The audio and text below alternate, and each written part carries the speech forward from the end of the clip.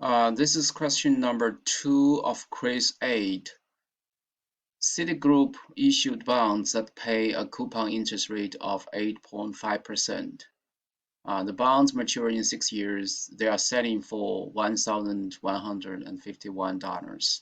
What would be your expected rate of return, which is also called yield to maturity, if you bought the bonds? And what would be the current yield? So the expected rate of return, that's simply is the discount rate, right, for to value the bond. So we can just put everything into the Excel worksheet, and then we can calculate the yield to maturity. So first, the coupon rate. Right? The coupon rate is 8.5%. So that's going to be this one. Coupon rate 8.5%. It's 8.5, not 8.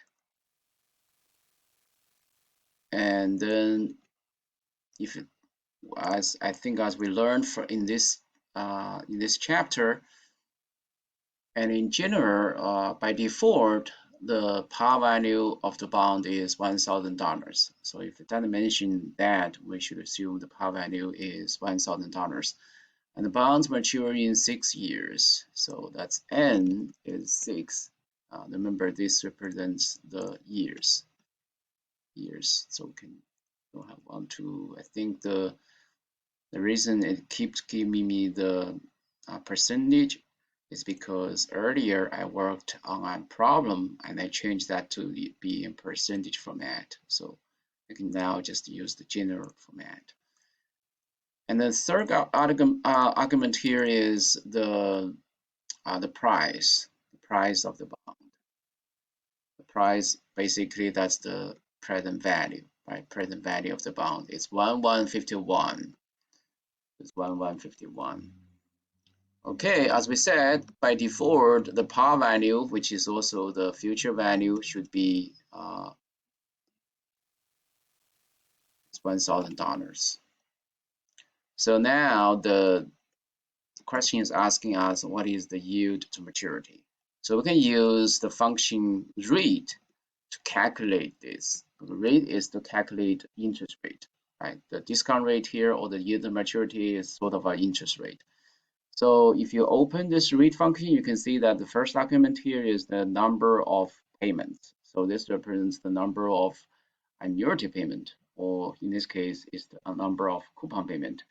So that's, I guess, the problem doesn't mention whether it's semi-annual bond or annual bond. So we can safely assume this is annually paid coupon bond. So that means the number of years is simply the number of payments, the coupon payments. And the second argument is the payment.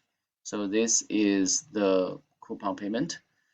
And the rule for using this function in Excel or in financial calculator is that we need to keep the payment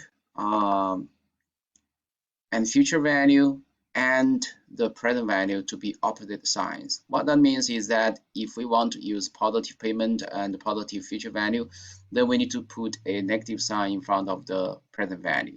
We know the present value is the price. Or we can just use the negative payment and the negative future value, then we need to have positive present value. So let me here choose the second path. I want to put a negative sign in front of or of this payment and the future value. So that's going to be my choice. So the payment here should be the coupon rate and then times the par value. And present value is simply, now I need to have a positive present value. So that's simply the price. And future value, again, that needs to be in negative format. So that's my par value. And the type here, we don't have to worry about because that represents whether the cash flows or the coupon received by the end of the year or by the beginning of the year. By default, it's by the end of the year. So we don't have to worry about that part. And gas, we also don't have to worry about. That means the initial gas for this trial and error process for Excel to figure out to estimate this discount rate until it converges. So we can just put that, and Excel will give us this yield maturity to be around 5%. But before we put 5% back, we need to remember this is just the approximate value. It may be the approximate value, we don't know, because we have to check the format. And before we check the format, we have to go back to the setup to see what's the rounding requirement. Here it asks us to round to 2 decimal places.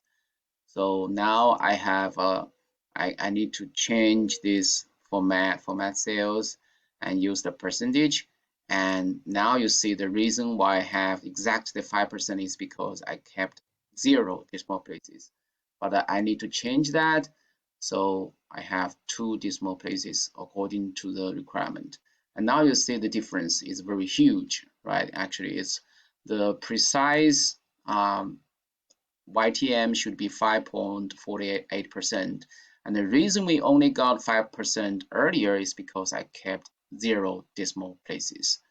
So 5.48%, 5.48%. And part B, the current yield would be, and we know that the current yield is simply should be the coupon rate divided by the price. Or not the coupon rate, the coupon payment divided by the price. So the current yield can be calculated by the coupon rate and then times the par value. So this gives me the coupon payment, and then divide this by the price. And after that, just need to work with the format, make sure it's what the problem requires.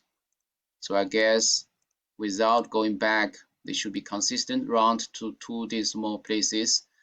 So it's 7.38%.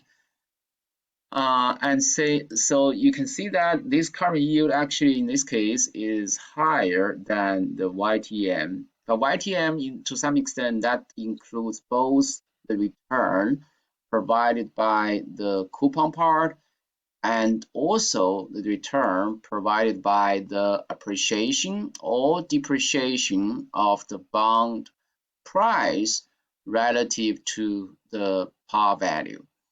So if the price is higher than the par value, that means the investors actually paid more than what they will get back by maturity. So for them, that represents a capital loss, right? It's a loss in their capital gains, right? It's because they lose value when they sell the bond, when they get the principal back by maturity. And if it's the other way around, which means that bondholders they pay a price which is lower than the par value, then that will be a capital gain for them. So and then that means the total yield of the maturity will be sort of a sum of the current yield and the capital gains provided by that part of the appreciation of their bond value. But in this case, we can see that the price actually is higher than the par value. So that means the bondholders actually incur a loss in terms of the capital gains when they invest in the bond.